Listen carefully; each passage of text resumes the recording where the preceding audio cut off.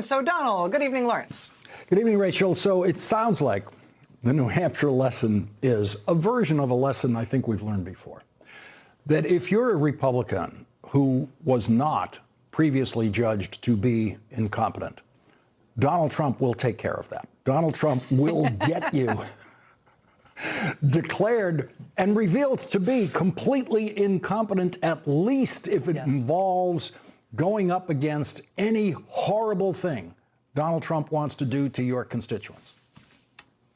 Or even exhibiting any clarity whatsoever when it comes to something that your constituents want. I mean, if Kelly Ayotte had the stones to come out and say, I recognize that the dumb liberals of my state don't want a Trump prison camp here, but we patriots would love to have one. I mean, she could try something like that, right? And it would at least have some coherence.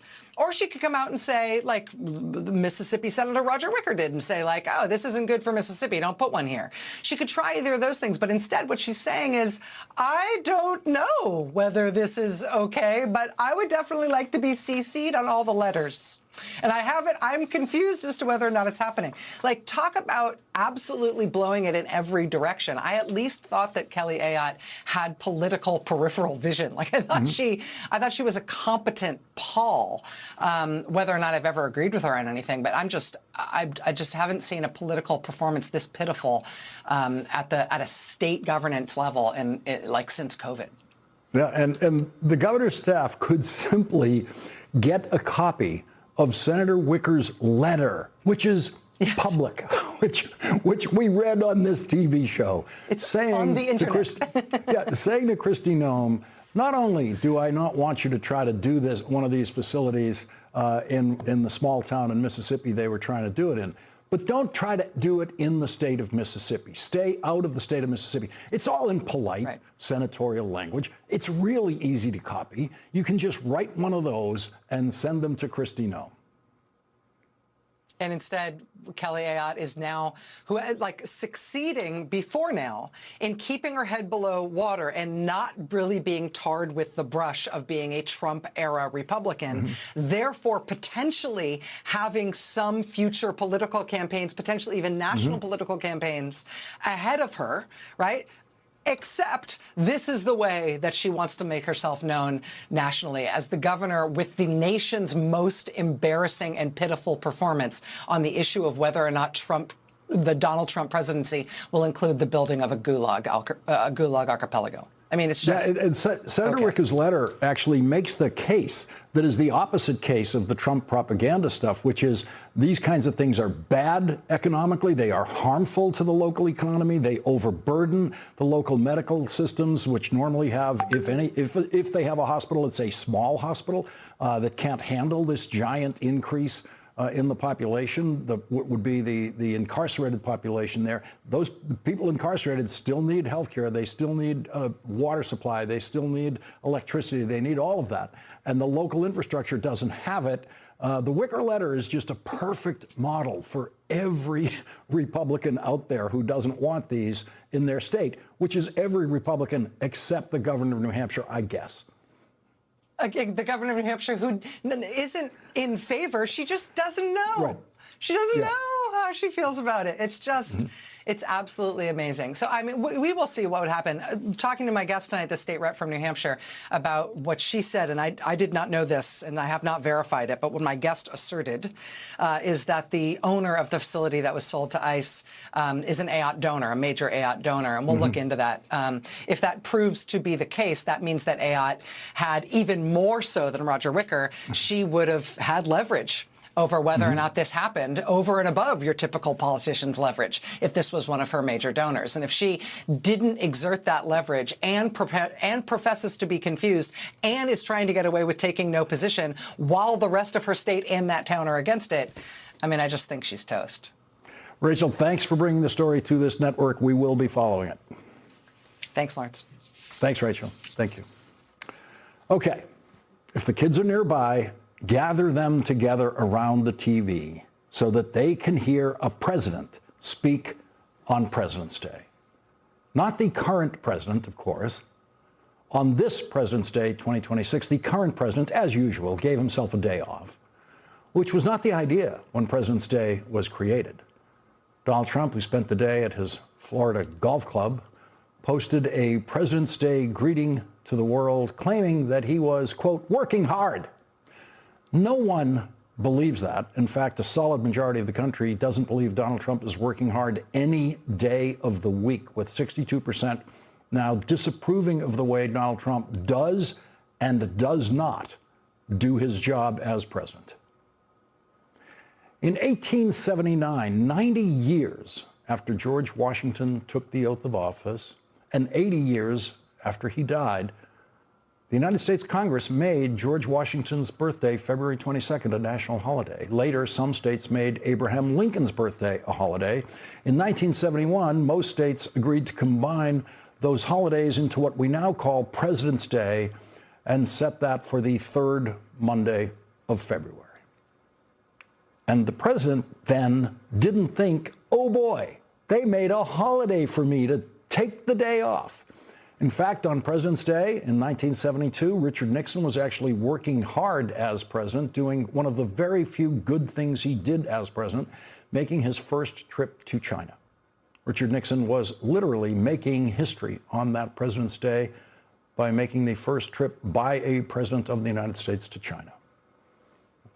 With a barely literate, profane vulgarian living on most weekdays in the portion of the White House that he has not yet torn down, America has lost any expectation of decency or intelligence or wisdom or even coherent speech from the president. High school students in America today, many of whom are listening to a president for the first time, are hearing the stupidest things ever said in the White House. This is a day to teach those high school students and to remind voters that the hateful venom and incoherent ravings of Donald Trump are unique to his presidency. The first president of the 21st century, Republican George W. Bush, published an article today about George Washington and released an audio version of that article in which President George W. Bush said the most non-controversial things that could be said about George Washington, and which every president other than Donald Trump hoped would be said about them. Our first leader helped define not only the character of the presidency, but the character of the country. Washington modeled what it means to put the good of the nation over self-interest and selfish ambitions. He embodied integrity and modeled why it's worth aspiring to. And he carried himself with dignity and self-restraint, honoring the office without allowing it to become invested with near mythical powers. President Bush's article was immediately interpreted to be an attack on Donald Trump simply because it used the word humility. And by just describing the positive attributes that you just heard, everyone hearing those attributes knows that Donald Trump embodies the opposite and literally does try to invest himself with near mythical powers by frequently posting memes of himself that you don't have to be a psychiatrist to know are filled with self-loathing. Donald Trump actually advances these cartoon versions of himself, looking, to his mind, strikingly handsome and young and muscular and all-powerful, and of course, looking nothing at all like himself, a look he must despise, the look of a 79-year-old man in obviously declining mental and physical health. George W. Bush's 1,200 words about George Washington do not include a single word of profanity, which would never be noteworthy until the Trump-Vance administration, in which both Donald Trump and James David Vance seem to regard their public use of profanity as proof of the toughness of their leadership. In fact, Donald Trump's public presidential profanity is the product of both limited brain function and the smallest vocabulary ever possessed by a president of the United States. As our worst president, Donald Trump stands alone. Every other president, including Richard Nixon, who committed crimes in office, stands above Donald Trump. But no president is more fully opposite to Donald Trump than Barack Obama, the overtly racist president and the only black president. So on this President's Day, when the United States of America would be better off with any previous occupant of the White House than we are with Donald Trump, we can best observe President's Day here by listening to President Obama, who appeared on Brian Tyler Cohen's podcast released over the weekend. President Obama offered a 47-minute rebuke to Donald Trump simply by being himself. President Obama did what Donald Trump never does. He actually answered every question, really answered the questions. The Washington Press Corps often gives Donald Trump unearned points for taking questions from them. Even though Donald Trump never actually answers those questions, he simply throws live-filled gibberish at the reporters who ask the questions, most of whom never actually attempt to get an answer from Donald Trump. As a reminder of what's it like to listen to a president who can speak and think and feel at the same time, here is President Obama's full 5-minute answer to Brian Tyler Cohen's first excellent question. The answer includes words Donald Trump doesn't understand, like decency, courtesy, kindness. But the answer also embodies those words as Barack Obama's response to Donald Trump's racist poison. As you know better than anybody, the discourse has devolved into a level of cruelty that we haven't seen before. What was disqualifying just a few years ago now not only feels fine, acceptable, but actually rewarded.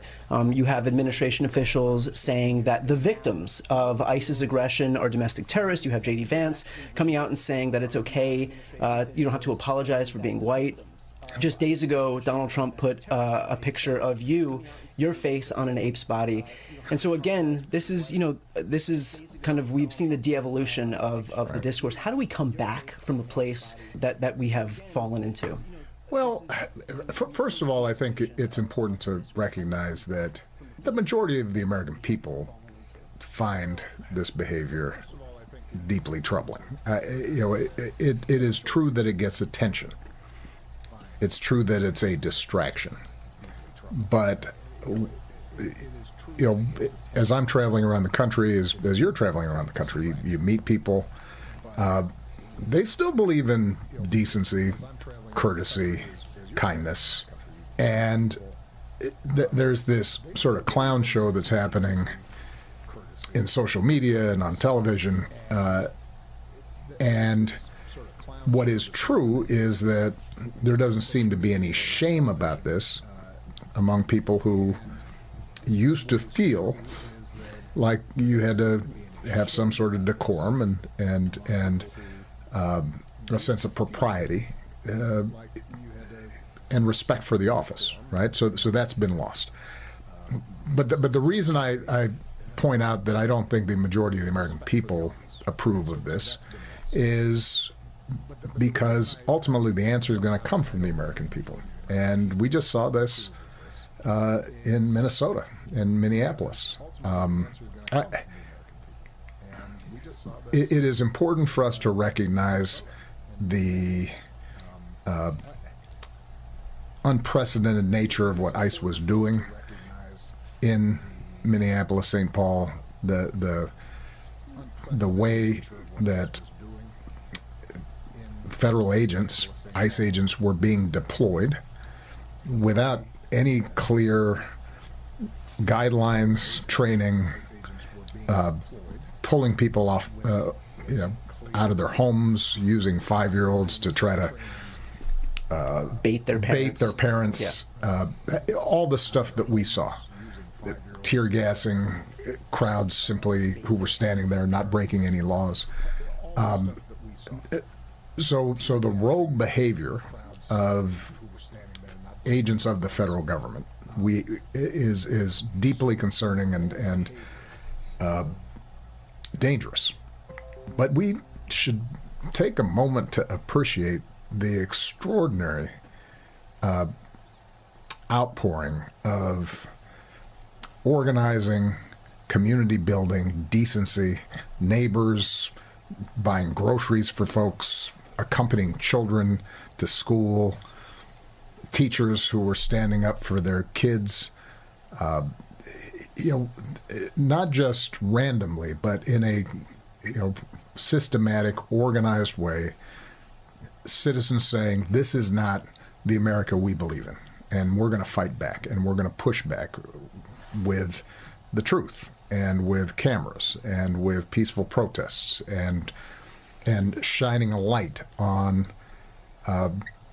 the sort of behavior that in the past we've seen in authoritarian countries, and we've seen in dictatorships, but we have not seen in America. And that kind of heroic, sustained behavior in sub-zero weather by ordinary people is what should give us hope.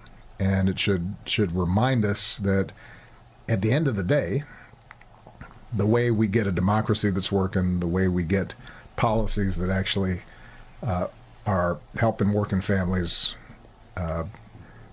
get ahead, the way that we restore norms, rule of law, decency, it's going to be because we, citizens, are activated and paying attention and saying enough and saying, we have a different idea of what the American family should look like and community should look like. And that is what I'm seeing across the board. So, I was on a panel a while back, and I said, a lot of the values that we say we subscribe to,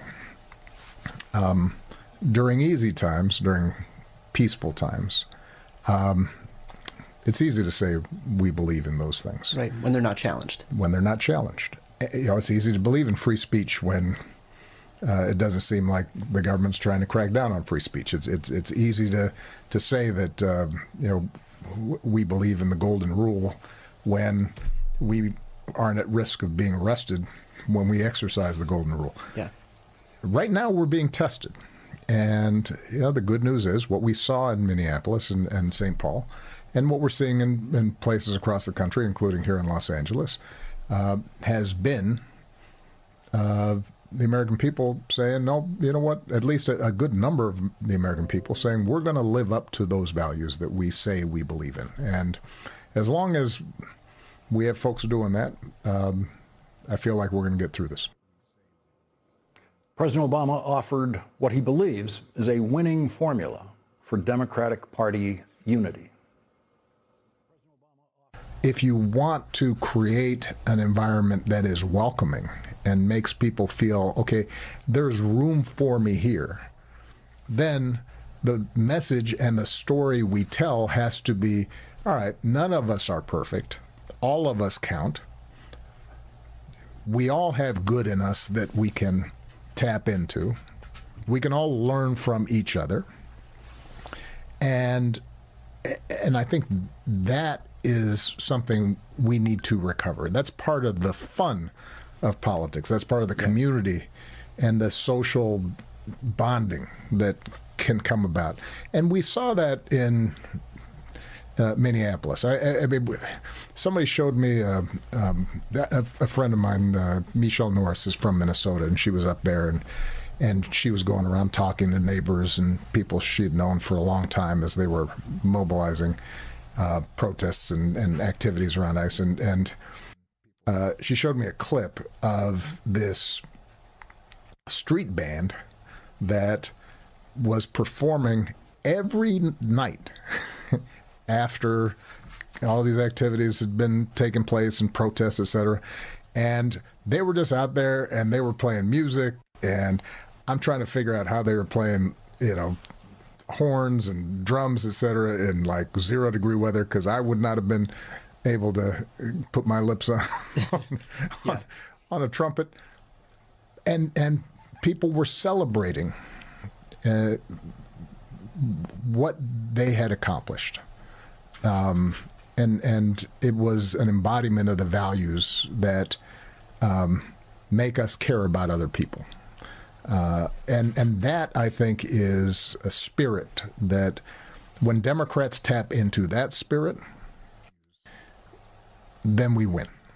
The other side does the mean, angry, demagoguery, exclusive, us, them, divisive politics. That's their home court. Yeah. Our court is coming together. You should give yourself the President's Day treat of watching Brian Tyler Cohen's full interview with President Obama on Brian's YouTube channel. Congressman Ro Khanna will join us next. Thomas Massie says this is the Epstein administration. This is about the Epstein class, the people who are funding the attacks against me. They may or may not be implicated in these files, but they were certainly rubbing shoulders with the people who are in these files. Donald Trump told us that even though, he had dinner with these kinds of people in New York City and West Palm Beach, that he would be transparent, but he's not. He's still in with the Epstein class. This is the Epstein administration, and they're attacking me for trying to get these files released. On Air Force One tonight, Donald Trump said, quote, "I have nothing to hide." That's what people who have things to hide always say. And the Justice Department that he controls is still hiding information in the Epstein files, even though Donald Trump's Attorney General now claims that she has released all of the Epstein files. Donald Trump's Attorney General released a list of all the names that appear in the Epstein files as if they are all equal, including Marilyn Monroe and Elvis Presley, in a list with billionaire Les Wexner, who was listed as an Epstein co-conspirator in the Epstein files. And Les Wexner's criminal defense attorney has said that he was told by federal officials, who he's never named, that Les Wexner was not a co-conspirator, and that he cooperated with the investigation. That has not been corroborated yet in the Epstein files. Marilyn Monroe died in 1962 when Jeffrey Epstein was 9 years old. So names mentioned in emails of historical figures are not the same as Donald Trump being mentioned in the Epstein files by one estimate over 1 million times. Our next guest, Congressman Ro Khanna, the author of the law that forces the Trump Justice Department to release the Epstein files, says that the list of names of people has nothing to do with, who have nothing to do with Jeffrey Epstein, or is mixed in with the co-conspirators, is simply Donald Trump's Justice Department's way of trying to confuse people. Congressman Khanna says, quote, "The DOJ is once again purposefully muddying the waters on who was a predator and who was mentioned in an email. To have Janis Joplin, who died when Epstein was 17, in the same list as Larry Nassar, who went to prison for the sexual abuse of hundreds of young women and child pornography, with no clarification of how either was mentioned in the files, is absurd." Donald Trump's former top aide and current supporter and confidant, Steve Bannon, is revealed in the Epstein files to have been, quote, "advising Mr. Epstein on how to handle resurrected allegations that he was a serial pedophile. Mr. Bannon recommended which lawyers to hire, his own, when to lie low, and when he should jump on an opening to push his narrative. He scheduled what the two men called media training." And then there is this text exchange. In December of 2018, after the Democrats won control of the House of Representatives, Jeffrey Epstein says, quote, "He really is borderline, not sure what he may do." Steve Bannon replies, "I think it's beyond borderline. 25th Amendment."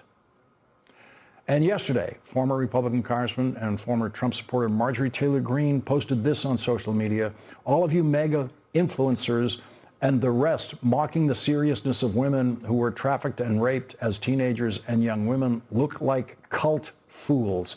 Good luck trying to get women to vote for Republicans in the midterms, you insensitive clowns.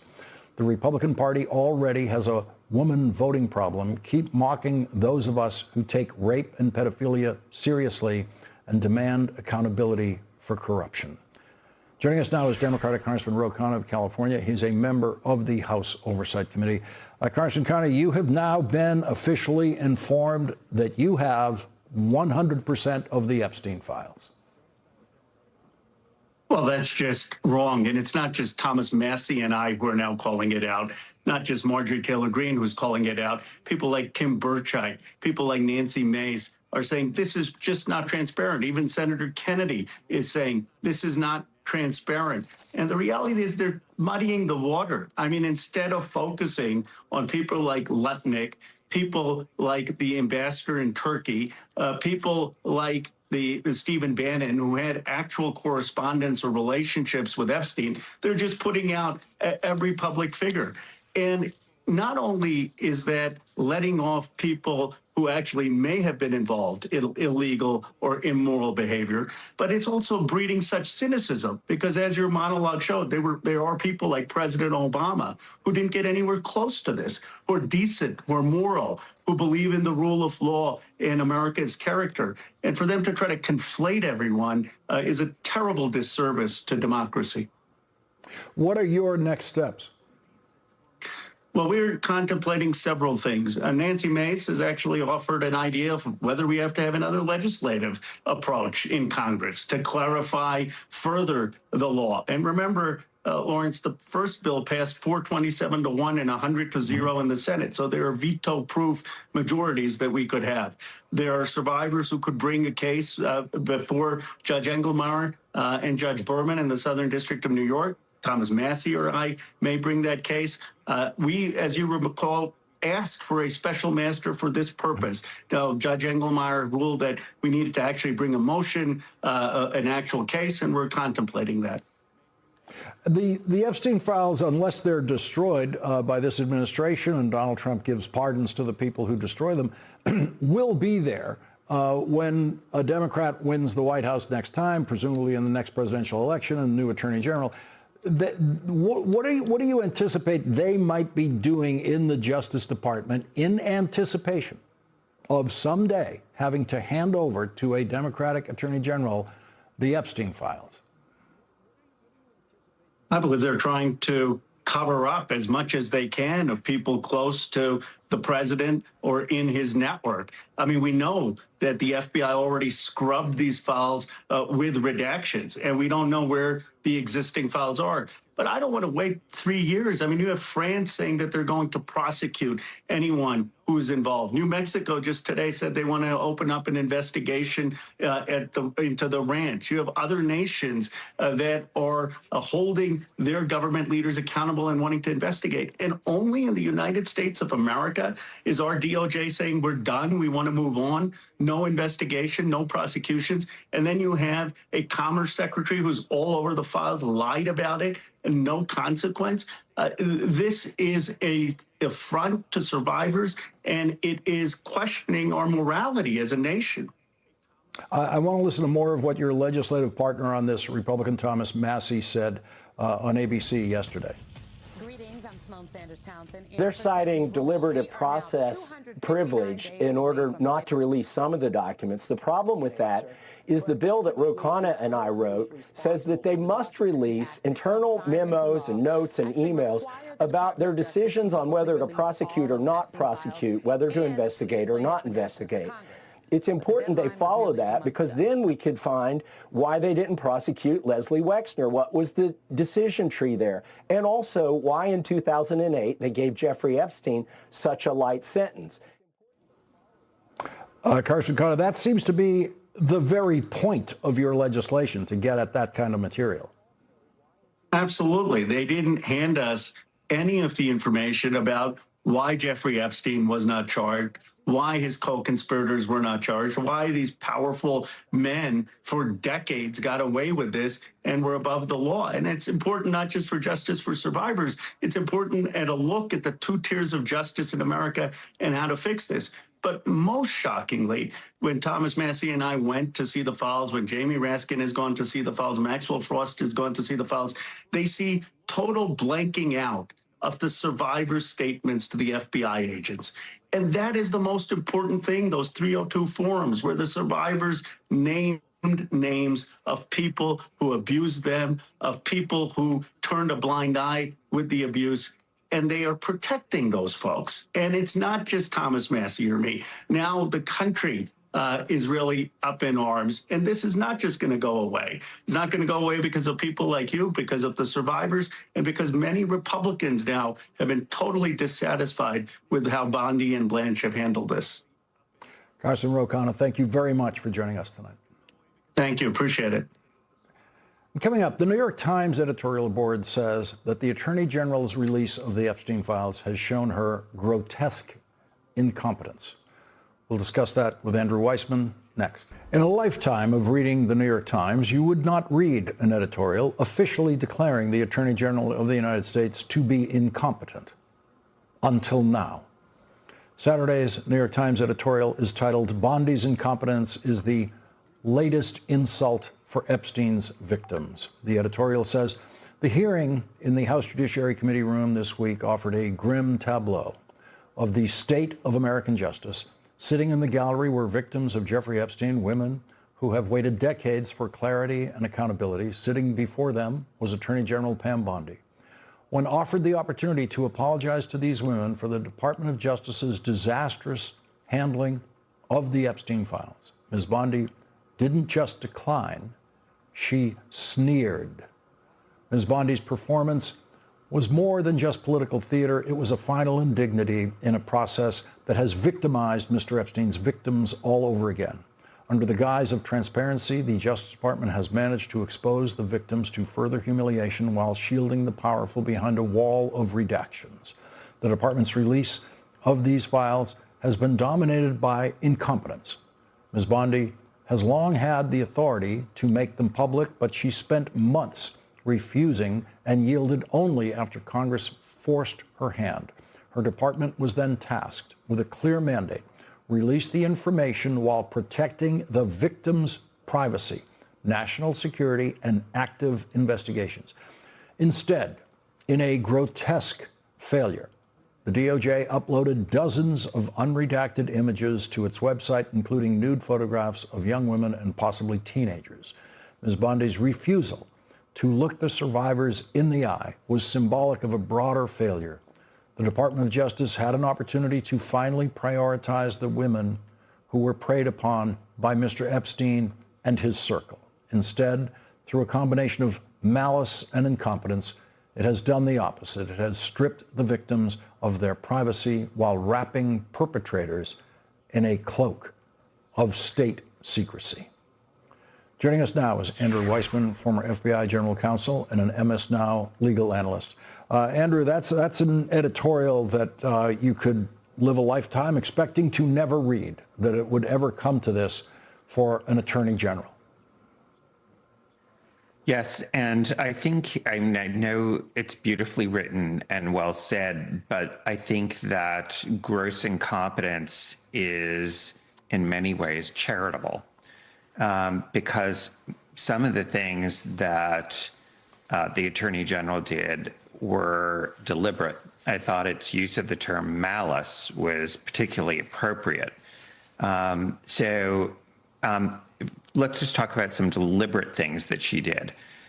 She deliberately refused to acknowledge the victims, to apologize in any way, shape, or form for the way they had been treated, not just by her administration, but other administrations as well. But that's a deliberate choice. That's not incompetence. There was incompetence in the way things were released, absolutely.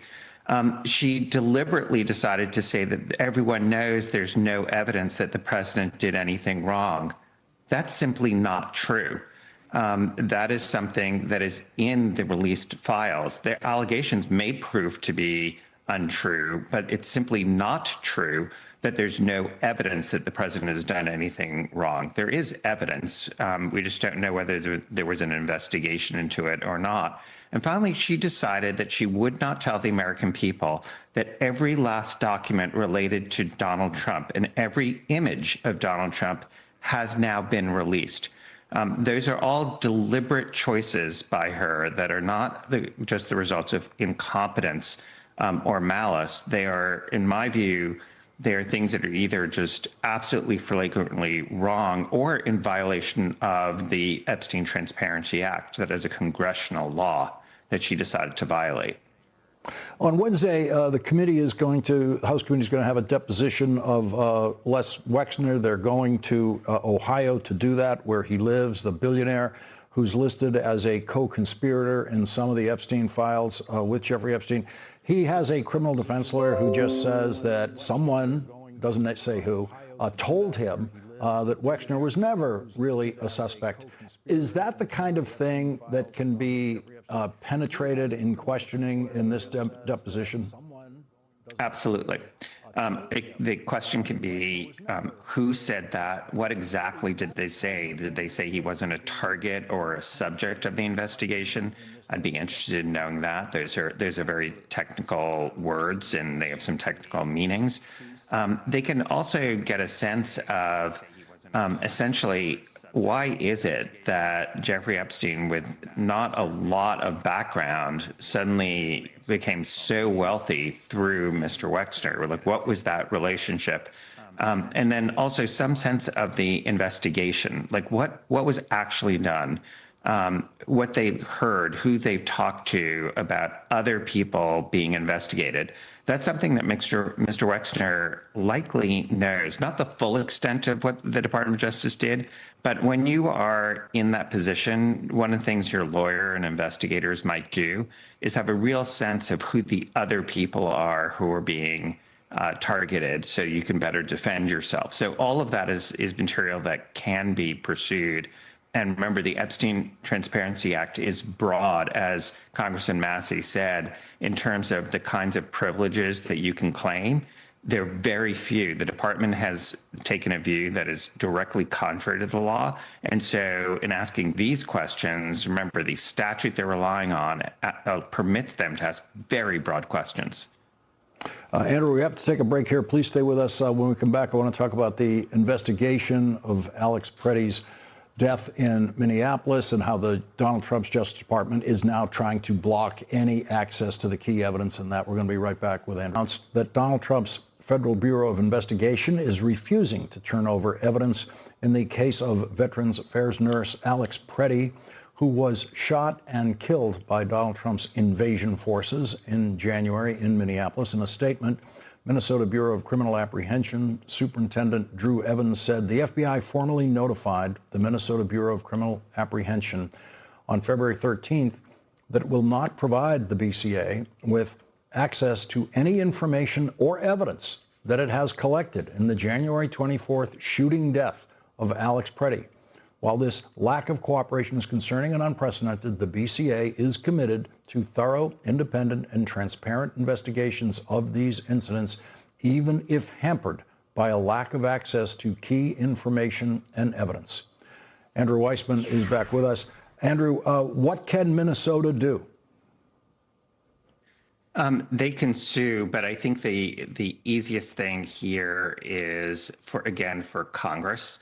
The Democrats have said that they're going to insist, if there's going to be funding, that there has to be sharing of information. And I should point out, it's not just Alex Preddy who was killed. It's also Renee Good. People tend to just focus on Alex Preddy, but there seems to be no investigation that the Department of Justice or anyone else is doing of that shooting. I know there's been a talk of an investigation the department's doing of Ms. Good herself and her widow, shockingly, but not of the agents. And let me just remind people, there's no good reason, if you're not protecting these agents, to not give access to the state so there can be an independent and fair investigation. My question would be, what are you so afraid of? Why are you not doing this? And Congress really has the ability here to say, you know what, we're not going to fund an agency that acts like this. Final quick point. The other man who was shot by ICE in Minnesota, There now is very good evidence that ICE lied about that shooting. The case against him was dismissed. The reports that there now is an investigation, which is good, of those agents. So there's substantial reason, although they're different agents, it's the same Trump administration agencies who are at issue here. There's substantial reason to have an independent investigation of what is going on and sort of how out of control is ICE in Minnesota, and is somebody going to be held responsible? The county prosecutor who we've had on this program repeatedly talking about this, who has jurisdiction over these homicide cases, is absolutely determined to go ahead with this as a homicide investigation, even if she doesn't get the evidence that's currently in the possession of the FBI.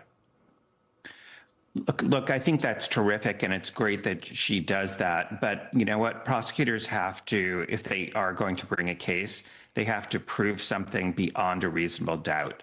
And so you want your hands on all of the forensic evidence. You want to be able to answer any question that the defense raises. And so that is really going to be like trying to bring a case with one arm tied behind your back. And there's no reason for it. I mean, to me, at some point, this really looks like obstruction of their investigation. It's remarkable to me that we are funding an agency that is acting like this. Let me just make sure people understand what the state is asking for is access to the information. They're not saying that we want to take it and exclude the Federal Bureau of Investigation or any other agency. It simply said they can share it. There's no good reason not to allow that kind of sharing in this case.